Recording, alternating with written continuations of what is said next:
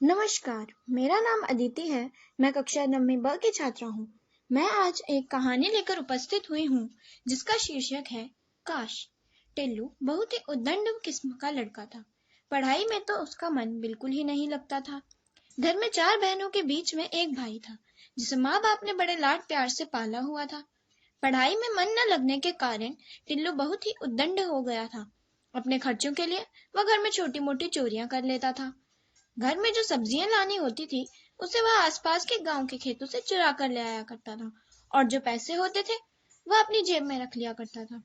घर वालों ने तो बहुत कोशिश की कि टिल्लू पढ़ाई करे, पर टिल्लू का तो मानो पढ़ाई से जन्मजात ही कोई नाता न था। सारा दिन यहाँ वहां घूमना, आवारागर्दी करना उसका रोज का काम था। घर से पैसे मांगना जेब खर्च के लिए, पैसे न मिलने पर घर का सामान खरीदने जाता तो उसमें से पैसे बचा लिया करता था। इस बात की जानकारी घर वालों को मिलने पर घर वालों द्वारा उसकी खूब खिंचाई की गई और इसके बाद उससे घर से सामान मंगवाना बंद भी करा दिया। टिल्लू को पैसों की किल्लत महसूस होने लगी। अब घर में रखे पैसों पर वह सेंध मारने लगा। थोड़ी थोड़ी रकम निकालने की वजह से किसी को उस पर शक न हुआ, किंतु जब वह ज्यादा रकम चुराने लगा तो घर वालों को पता चल गया। फिर क्या था, टिल्लू की ठुकाई भी हुई और उसकी जेब खर्च पर प्रतिबंध लगा दिया। टिल्लू परेशान होकर घर के आसपास में बंद मकानों पर सेंध मारने लगा और छोटी मोटी चोरियां करने लगा। धीरे धीरे उसका हौसला बढ़ता गया। इन्हीं बातों में उसका दिल लगा रहा। बाद में उसने 2-3 बड़ी चोरियां भी की, लेकिन घर वालों के प्रयास से उसे बचा लिया जाता था। एक दिन रात को टिल्लू सेंधमारी कर रहा था कि अचानक मकान मालिक व उसके परिवार के लोग आ जाते हैं और घर के भीतर आवाज सुनकर वे सन्न रह जाते हैं और घर का ताला खोलते हैं तो टिल्लू को अंदर पाते हैं। फिर क्या था, उसके माँ बाप को पूरी जानकारी देते हैं। टिल्लू के माँ बाप माफी दिए जाने की बात कहते हैं और उससे माफी दिलवा देते हैं। इस घटना के बाद टिल्लू को लगने लगा कि आगे भी ऐसे ही माफी मांग लिया करेगा और बच जाया करेगा। वह आगे भी ऐसा करता, आगे भी और चोरियां करते पकड़े जाने पर वह माफी मांग लेता और बच जाता।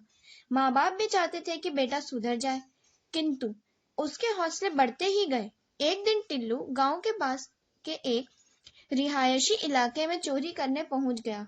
चोरी करते वक्त घर की मालकिन जाती है और टिल्लू को चोरी करते देख लेती है और जोर जोर से चोर चोर की आवाज करने लगती है। टिल्लू घबरा जाता है और पास में ही रखे फूलदान को उठाकर घर की मालकिन पर दे मारता है। मालकिन वहीं ढेर हो जाती है। टिल्लू को लगा कि मकान मालकिन मर गई है। टिल्लू घबराकर वहां से भाग जाता है।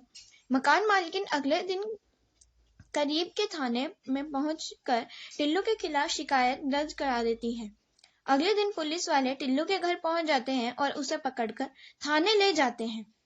टिल्लू के खूब बहाने बनाने पर भी उसकी एक न चली।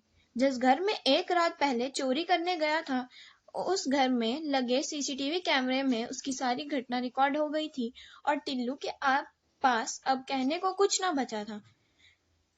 उस पर गैर इरादत हत्या और चोरी का केस चला और उसे 7 साल की सजा सुनाई गई और जुर्माना भी लगाया गया। टिल्लू बार बार यही सोच रहा था कि काश पहले चोरी के बाद ही उसके माता पिता ने उसे माफी न दिलवाई होती तो आज इतनी बड़ी सजा उसे भोगनी न पड़ती। टिल्लू जेल में सजा काट रहा है और उसके माँ बाप बिन किसी अपराध के भी सजा भोग रहे हैं। उन्हें अफसोस हो रहा था कि काश टिल्लू को पहले गलती करने पर ही सजा दी होती। उनके लाड प्यार ने उसे इस मुकाम पर खड़ा किया था। धन्यवाद। आपका दिन मंगलमय हो।